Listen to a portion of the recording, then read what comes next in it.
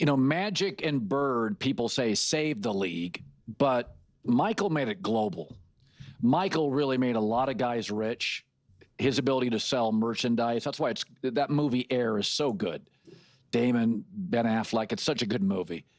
And that's her. She has moved merchandise up 500%, ratings 50%. Jordan's the only pro athlete in my lifetime that literally had half the league viewership in his pocket, and then she arrived.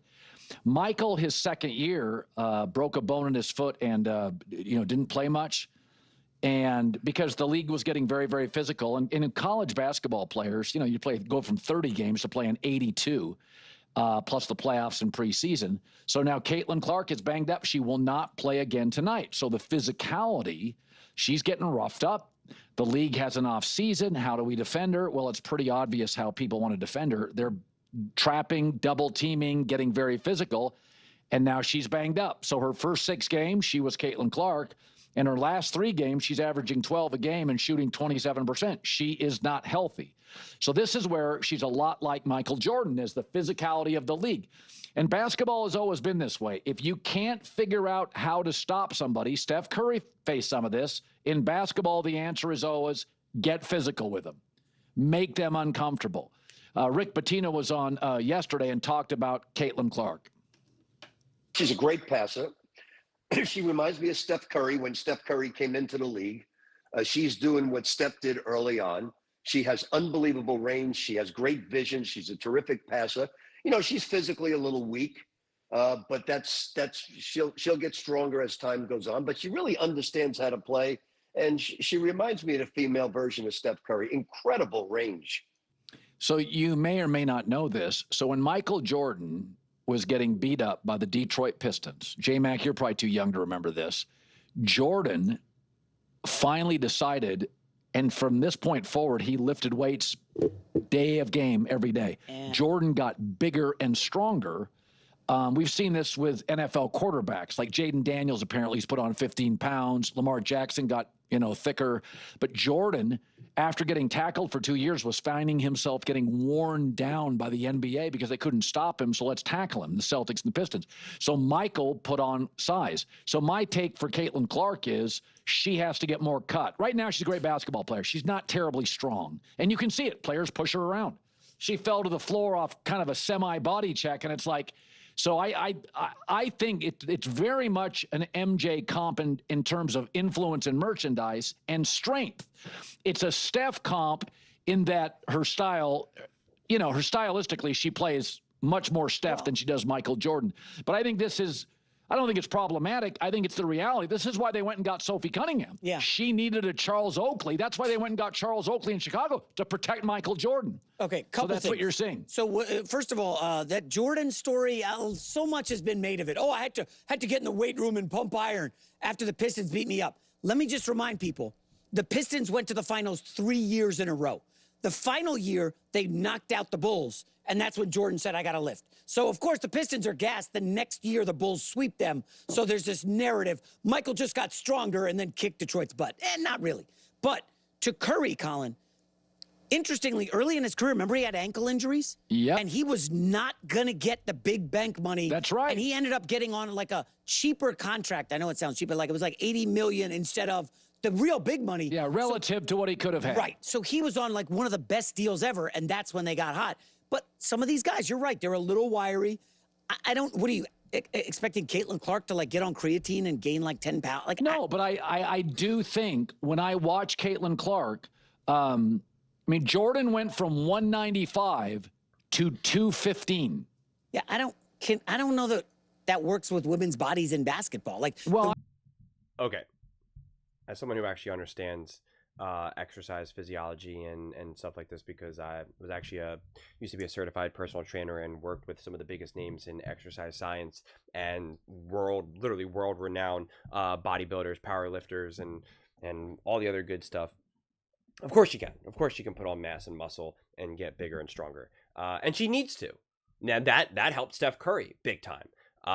Women have an amazing capacity to build muscle. Can they get as big as men? No, they cannot. But proportionately to who they are, they can gain just as much muscle, you know, at similar rates. So it is necessary, and it is something that is greatly underutilized in women's sports. But I mean, you know, just look how jacked a Simone Biles is, for that matter, right? And so obviously I know it's a different sport and all that, but like, women have the ability to gain muscle, and quite frankly, she's probably, you know, saying like you're on creatine, like that's just a regular standard supplement that literally you know, average Joes can be taken these days. But it's a combination between Caitlin Clark needing to get bigger and stronger, which is definitely in control of her, but it's also having the league not allowing them to rough Caitlin Clark up.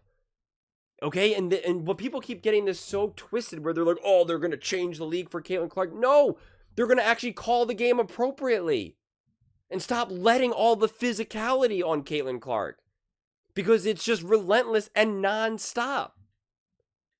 I mean, it's just ridiculous at this point. And this isn't, people like keep twisting. They're like, oh, boo-hoo, Caitlin Clark. Like, that's such a disingenuous reaction. It just is. Because you can't keep playing this physical defense all day, every day, nonstop. You got grown men in their physical prime getting injured. We're seeing it all over the NBA. What do you think a 22-year-old girl is going to, what is she, 22, 23, whatever she is right now? Like, it's just kind of crazy. So, of course, and the problem is, it's only for Caitlin. This is the problem that no one seems to also really understand. Is that in the playoffs, for instance, when everyone's playing really tough physical D, everyone's doing it every game, on every player. But that's not the case.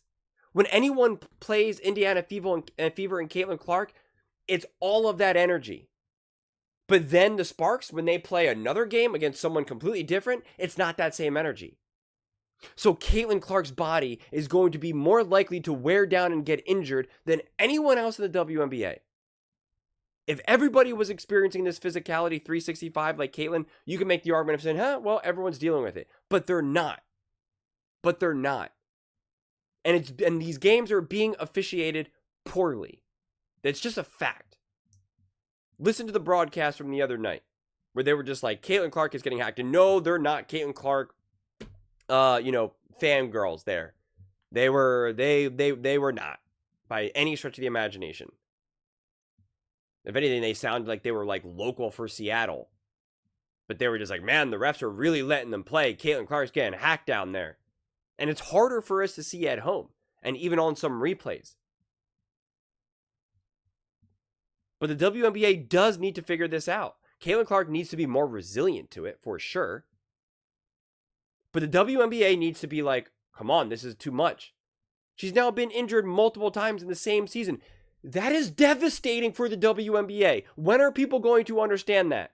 I'm going to keep saying this again and again and again. The WNBA does not exist without Caitlin Clark. I'm so sorry it hurts your feelings. I'm so sorry. It's an inconvenient truth. Doesn't make it any less true. The sheer fact that Caitlin Clark is not playing now is awful. Awful, awful, awful. Nobody cares to watch the Indiana Fever and the WNBA play when Caitlin Clark is not there. It's just a fact. It's why when she wasn't playing, ratings plummeted by 55% around the entire league. So people are just less engaged. They're watching even other games less when Caitlin Clark isn't there. So this becomes a devastating loss. So we can keep crying about it. We can keep trying to, say, oh, boo-hoo, Caitlin Clark, stop making excuses, this, that, and the third. Or we can face the reality of the situation. You be the judge. But those are just my thoughts. I'd absolutely love to hear yours. What do you guys all think about Caitlin Clark being injured again and now missing another game?